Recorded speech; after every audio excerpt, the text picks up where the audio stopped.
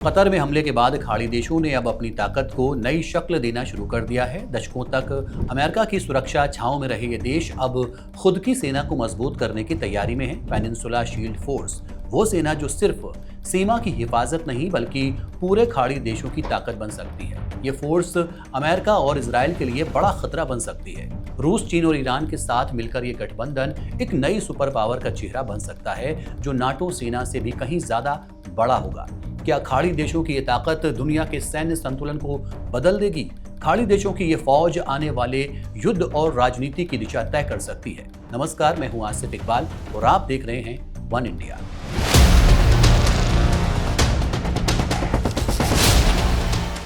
दोहा पर इजराइल के हमले ने खाड़ी देशों को यह सोचने पर मजबूर कर दिया है कि वो पेनिनसुला शील्ड फोर्स को मजबूत करना जरूरी है। कई खाड़ी देश महसूस कर रहे हैं कि सिर्फ अमेरिका की मदद से अपनी हिफाजत नहीं संभाल सकते, इसलिए अपनी रक्षा व्यवस्था को मजबूत करना जरूरी है। इजराइल के हमलों और हूतियों की धमकियों ने जीसीसी देशों को गंभीरता से सोचने पर मजबूर किया है। संयुक्त रक्षा पर चर्चा बढ़ रही है और पेनिनसुला शील्ड फोर्स को मजबूत करने की दिशा में पहल हो रही है। खाड़ी देशों की होने वाली बैठक के बाद साफ होगा कि फोर्स को कितना मजबूत किया जाएगा। आइए आपको बताते हैं उस सेना के बारे में जो खाड़ी देशों ने अपनी हिफाजत के लिए 40 साल पहले बनाई थी। पेनिनसुला शील्ड फोर्स गल्फ सहयोग परिषद यानी कि जीसीसी का सैन्य संगठन है। इसका मकसद बहरीन, कुवैत, ओमान, सऊदी अरब, कतर और संयुक्त अरब अमीरात जैसे सदस्य देशों को बाहरी हमलों से बचाना और खतरे के हालात में मिलकर जवाब देना है। सदस्य देशों ने मिलकर सुरक्षा व्यवस्था बनाने का फैसला लिया था ताकि किसी एक देश पर हमला होने पर पूरा क्षेत्र साथ खड़ा हो। अमेरिका पर निर्भरता कम करने और अपनी सैन्य क्षमताओं को बढ़ाने के लिए यह संयुक्त बल बनाया गया था। इसे बनाने का मकसद था अगर किसी सदस्य देश पर हमला होता है तो सभी देशों की सेनाएं मिलकर जवाब देंगी। खाड़ी देशों में युद्ध और संघर्ष को रोकना और सीमा सुरक्षा सुनिश्चित करना। जीसीसी देशों की सेनाओं के बीच एकीकृत कमांड और प्रशिक्षण भी मकसद था। किसी बाहरी शक्ति जैसे ईरान या दूसरे देश की धमकी आने पर तुरंत कार्रवाई करना। साल 1984 में जीसीसी ने इसे बनाने का फैसला किया था। इसमें 10,000 सैनिक शामिल थे जिन्हें 2 ब्रिगेड में बांटा गया था। इसकी तैनाती सऊदी अरब में कुवैत और इराक की सीमा के पास की गई। इसका मकसद था कि किसी भी जीसीसी देश पर हमला होने पर मिलकर उसका सामना किया जाए। 1992 में इसकी कमान सऊदी अरब के सेना प्रमुख के पास थी। उस समय इसमें 5,000 सैनिक थे जो सभी सदस्य देशों से लिए गए थे। साल 2006 तक इसमें लगभग 7,000 सैनिक थे जो सऊदी अरब, कुवैत और इराक की सीमा की हिफाजत के लिए तैनात थे। नवंबर 2006 में जीसीसी ने इसकी ताकत को बढ़ाने और एक कॉमन कमांड बनाने का प्रस्ताव रखा। साल 2007 में कुवैत ने इसे बदलने की योजना की बात कही, लेकिन यह तय किया गया कि जीसीसी हमेशा एकजुट रहेगा। मार्च 2011 तक इसमें सैनिकों की तादाद बढ़कर 40,000 हो गई थी। इसका मुख्यालय सऊदी अरब के किंग खालिद मिलिट्री सिटी में था। हर अभियान में सभी जीसीसी देशों की भागीदारी जरूरी मानी जाती है। जीसीसी के वजूद में आने के बाद सबसे पहले इसका इस्तेमाल 1990-91 में उस वक्त हुआ जब इराक ने कुवैत पर हमला किया। तब पेनिनसुला शील्ड फोर्स पूरी तरह से तैयार नहीं थी, लेकिन बाद में मार्च 1991 में करीब 3,000 सैनिक इसमें और शामिल हुए और कुवैत को आजाद कराने में मदद की।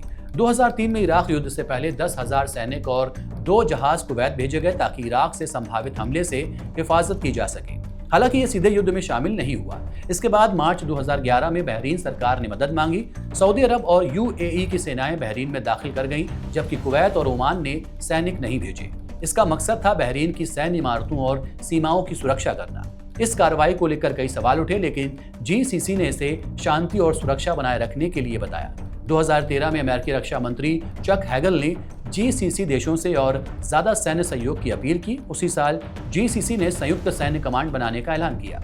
2016 में सऊदी अरब ने नॉर्थ थंडर नामक सैन्य अभियान आयोजित किया जिसमें 20 देशों ने भाग लिया। अब आपको बताते हैं कि खाड़ी देशों के लिए पेनिनसुला शील्ड फोर्स को मजबूत करना एक चुनौती भी बन सकता है। दरअसल पेनिनसुला शील्ड फोर्स के बनने से लेकर अब तक अमेरिका सहयोग करता है। हथियारों की आपूर्ति, मिसाइल रक्षा प्रणाली, विमान, टैंक, निगरानी उपकरण, ड्रोन संचार प्रणाली आदि की आपूर्ति भी अमेरिका के हाथों में है। इसके अलावा सैन्य अभ्यास, रणनीति निर्माण, सुरक्षा योजना, साइबर सुरक्षा ट्रेनिंग, इसके साथ ही आतंकवाद, समुद्री मार्गों, सीमा सुरक्षा से जुड़े डेटा भी अमेरिका साझा करता है। मतलब अमेरिका इस फोर्स को ये सब उपलब्ध कराता है। अगर खाड़ी देश पेनिनसुला शील्ड फोर्स को मजबूत इसलिए करते हैं कि उन्हें इजराइल को जवाब देना है, तो ऐसे में उन्हें अमेरिका का साथ छोड़ना होगा और रूस, चीन और ईरान की तरफ रुख करना होगा।